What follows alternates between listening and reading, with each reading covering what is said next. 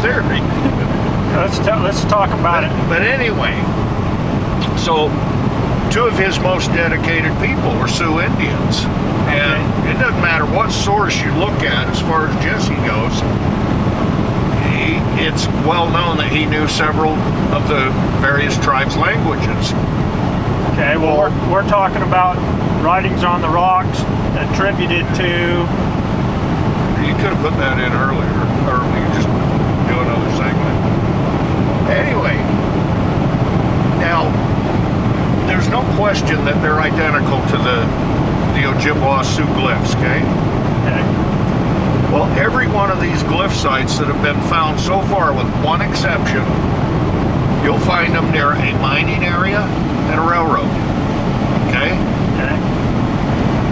In other words, there had to have been a reason to be in the area. Well, you've heard of the Navajo code talkers. Yeah, but...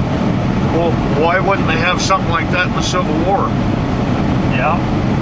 And it could be the outlaw code talkers. I can put Jesse James, according to one source, in every location where these mystery glyphs are found.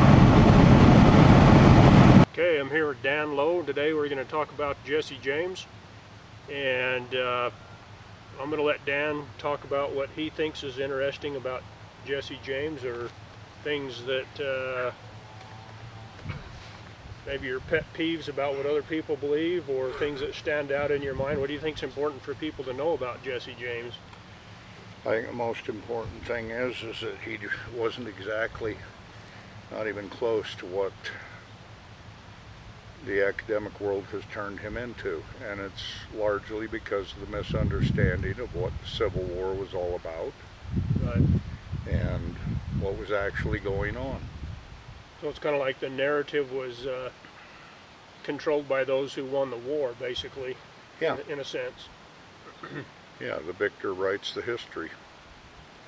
You know, the people are all in an uproar right now, and you know, you hear it all over the internet. You know, we're losing our rights. They're taking our rights. They're, you know, you can't lose your rights.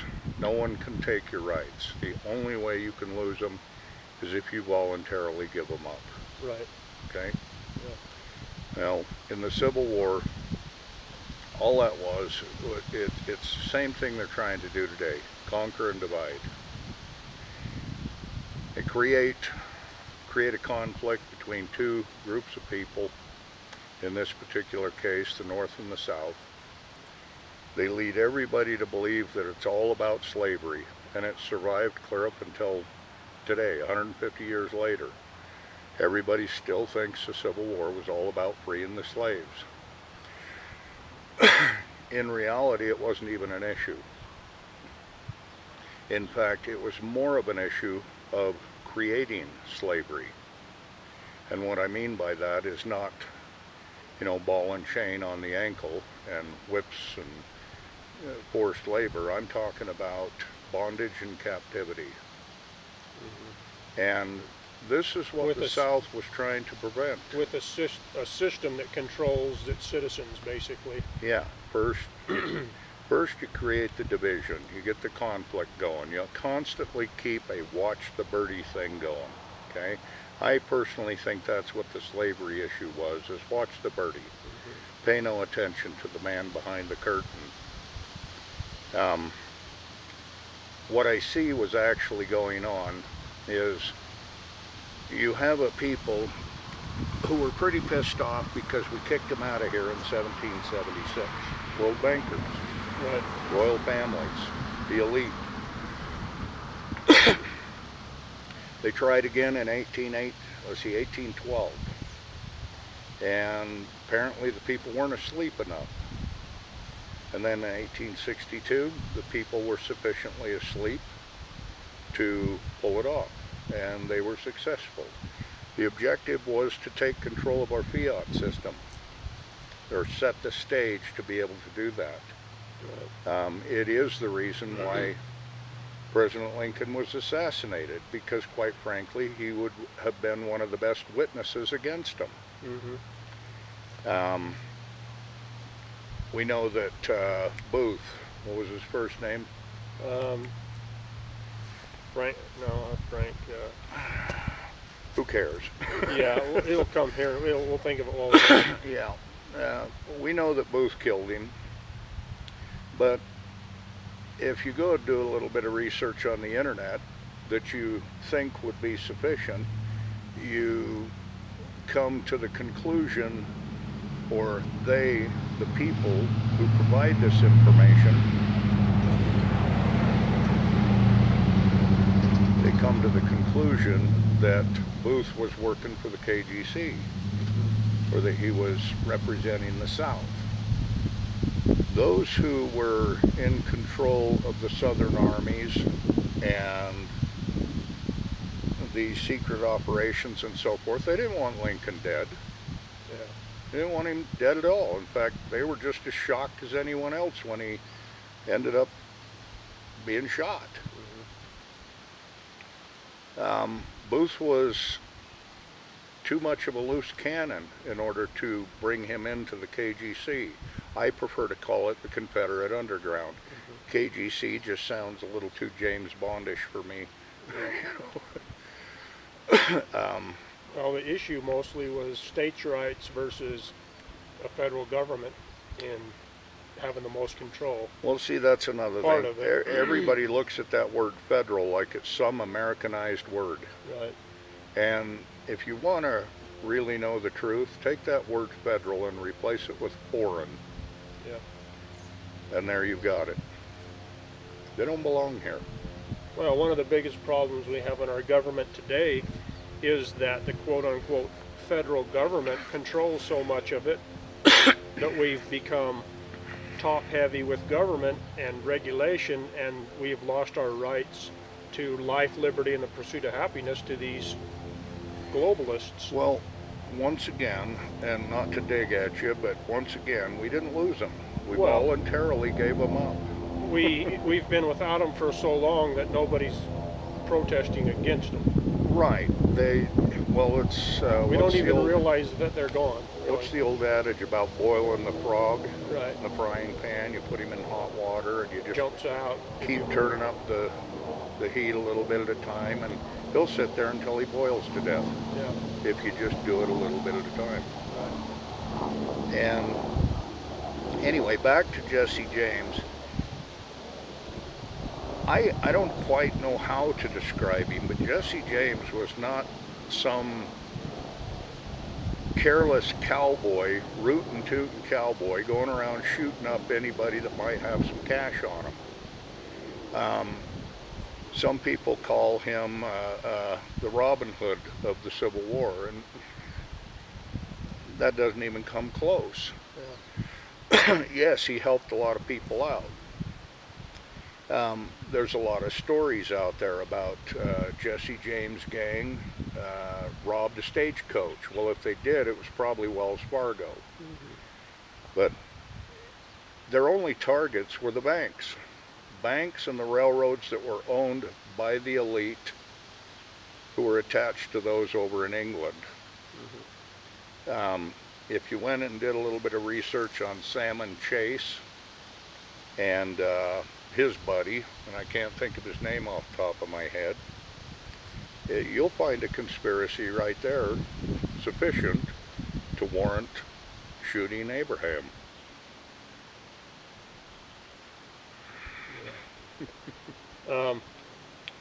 So what about the cache sites that they left all over, and these mystery glyphs and things around some parts of the United States? Do you think those are Jesse James related, or? Well, 20 years ago, somebody told me that those were KGC related or Confederate Underground. Mm-hmm. I'd have probably laughed my head off. Right. But there's too many things that points to the mystery glyph as being of KGC origin. Right. And one of the smaller things is the fact that two of his primary operatives were Sioux Indians. Mm-hmm. And it's never been a secret, his ability to understand the Native American languages, and in addition to their sign language and their hieroglyph system. So So you think that where these glyphs are found, there's a what's the word I'm looking for? Substantial cache nearby associated with each one of those. Not necessarily, but highly likely. I mean, we don't know how many of those were recovered. We don't know how many somebody has stumbled across and recovered. The chances or the likelihood is not very high, because you're going to hear about it in one way or the other, okay? People just don't know how to keep their mouth shut. Seems like in one of the books, maybe the Black Book, that they talk about there was a cache that one of his relatives went after, and he ended up getting blown up or something in a booby trap. Well, it wasn't his relative, but it was a KGC operative, I believe, that shared the information with his grandson. Okay. He warned his grandson, told him to leave it alone, but he decided he was going to go and try and retrieve it, and from what I gather, he blew himself to kingdom come. I'd love to be able to go look up any newspaper clippings, just to validate it, you know. Was that in the Black Book? Was that record or account? Or I think it was. okay. And it's just one of the things I haven't got to try to prove or disprove. I mean, it's going to take a lot of time. Now, we were talking about some interesting things this morning, and you showed me a bunch of photographs of later in life, the photographs that came out from that birthday party and some of the other things that... The Hereford photos. The Hereford photo. Yeah. Talk about that, because, I mean, I could see what you're talking about, and it looked like Jesse James, and every individual in those photos was also in that photo from his family earlier in history.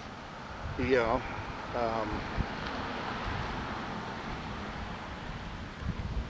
The way that I stumbled across that is, you know, I was a little anxious to see photographs of people such as Captain Harrison Trow, because in the Black Book it talks about how when Jesse staged his own death and shot Charlie Bigelow, that he returned to the scene dressed as Harrison Trow, Captain Harrison Trow, sent by, can't think of his name, Governor Crittenden. And, you know, and I always wondered, how is it that he showed up on the scene, the crime scene, 30 minutes after it happened, and he was sent by Governor Crittenden? Governor Crittenden lived 250 miles away, and last time I checked, we didn't have telephones in those days. Yeah, they had the telegraph, but that was it still. It would have taken 2 or 3 days to get a dispatch back.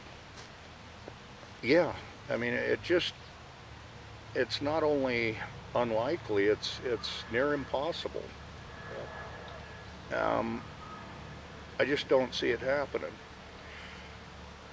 But there's always, you know, there can always be some circumstance, something that you don't see that could make it possible. But it's all the other corroborating evidence that has been discovered as I've gone through this book, doing an assessment, trying to make a determination whether it's actually, if the book is factual, or if it's fantasy, or if it's a little of both. I don't know how many of the actual claims that I've dove into and tried to prove or disprove, but so far I haven't been able to disprove anything. And there's some major key factors that settles it in my mind that for the most part that book's factual. But anyhow, after reading the part about Harrison Trow and digging into it, at the time I just couldn't find any photos of Harrison Trow. And I remember putting the question out there a few times, whether on Facebook or in an interview, I don't know. And one individual contacted me and said that they had visited a museum down in Hereford, Texas. I gotta start saying that right, Hereford. Yeah, like the cow, Hereford cow. Well, I've always said Hereford. Yeah. And I grew up on a farm. But he said that he had been to the museum down there, and there was a picture of Captain Harrison Trow and his wife hanging on the wall. And so I eventually got in touch with one of the people that worked there, a young lady. I don't remember what happened, but after about 6 months it pretty much fizzled out and never got anything. And I don't know how much more time went by, but eventually I contacted, I think, the same person, might have been someone new, and they said that they'd take the time and go around the museum and see if they could find the photo. And next thing you know, I get two beautiful photos in my email, apparently taken in 1920 from the same event, which looked to me from the photos to be some kind of a birthday celebration. Mm-hmm. And sure enough, there was Jesse James, Captain Harrison Trow, but the thing that would have convinced me or turned me away from it would be his wife. I knew it had to be Myra Belle. And please understand, Belle Starr is not the same person as Myra Belle. They are two entirely different people. Jesse James was never married or really had anything to do with Belle Starr. Okay? I'll tell you some other time how that all came about. Well, down at the bottom of the photo it had the people's names, or at least the names they were using at the time, and it said Mrs. Trow. And I looked at the photo and immediately I knew that it was Myra Belle. Sure, she was, you know, probably clipping around 60 some odd years old, but it was Myra Belle. And, you know, and I know what it's like. You got people coming up with tintypes left and right. Like, oh, you know, this is Jesse James, or this is Billy the Kid. And any half-wit can look at those pictures and say, where the hell do you come up with that? And you know what? I might be just like them.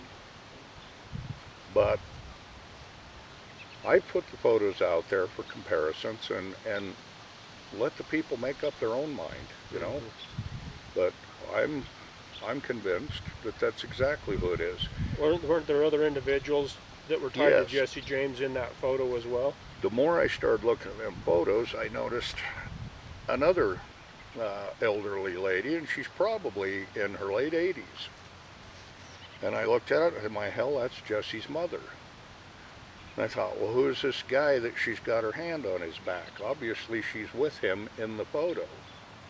Well, I'd never even attempted to look up Jesse James's father.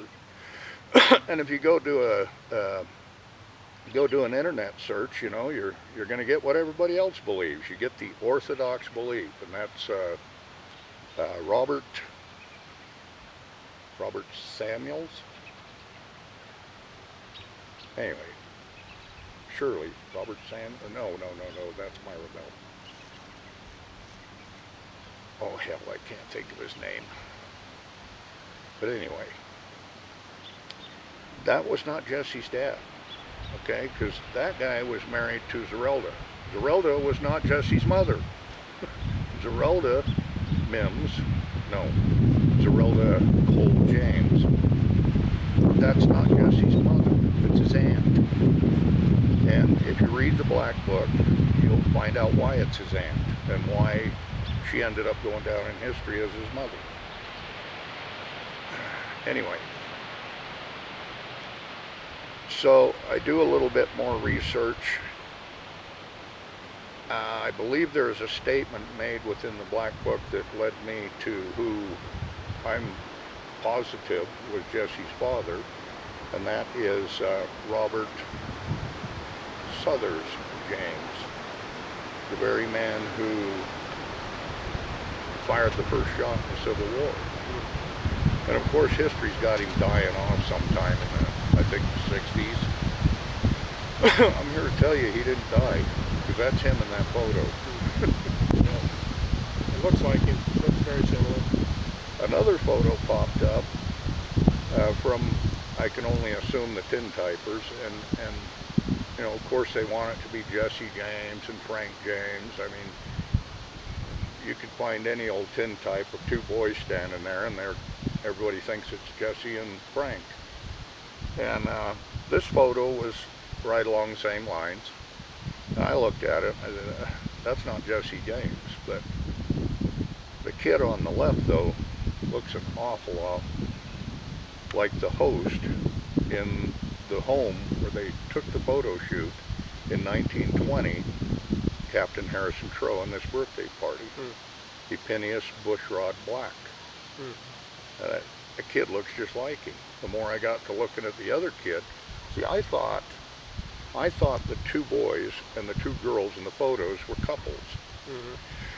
The more I looked at them, and I'm looking at the other people in the Hereford photos, thinking, those are Jesse's kids. You know, all grown up now, but in the Hereford photos. And I'm pretty sure all four of them's in that photo. That's interesting. It's just, you got to see it. I don't expect anybody to believe it, okay? Because I'm sitting here listening to myself, and I sound like the very people who contact me and send photos to me and say, what do you think? Is this Jesse James? And if I tell them no, they get all pissed off and tell you how wrong you are. And don't contact me then. Yeah. You know, if you can't handle the answer I'm going to give you. I'm no more an expert at identifying photographs than the so-called people who are supposedly experts. How do you become an expert at identifying photos? Yeah, just by analyzing them over and over. Is there a course you go through? A degree? You know, the way I see it, you've either got it or you don't. Yeah.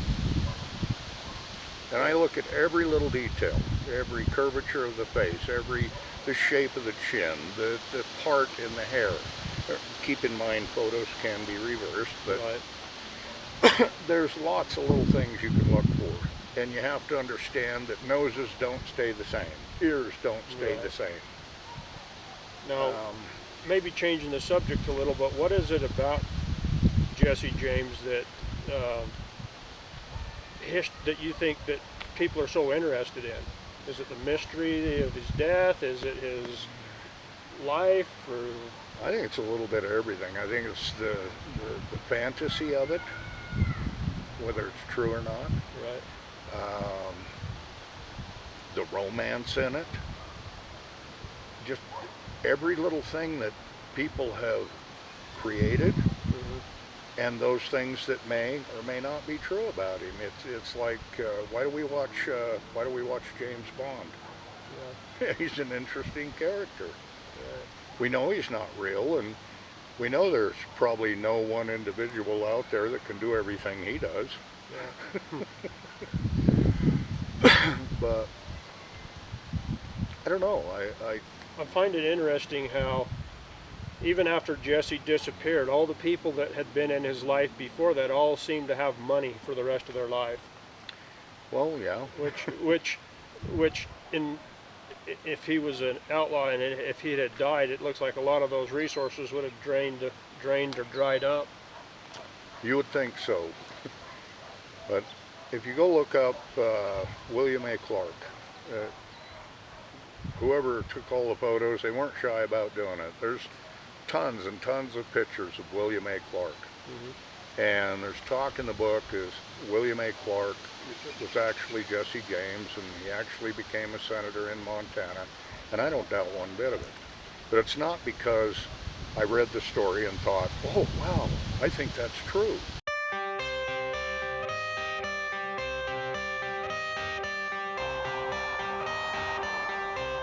All right. Dan just found Jesse's last bottle.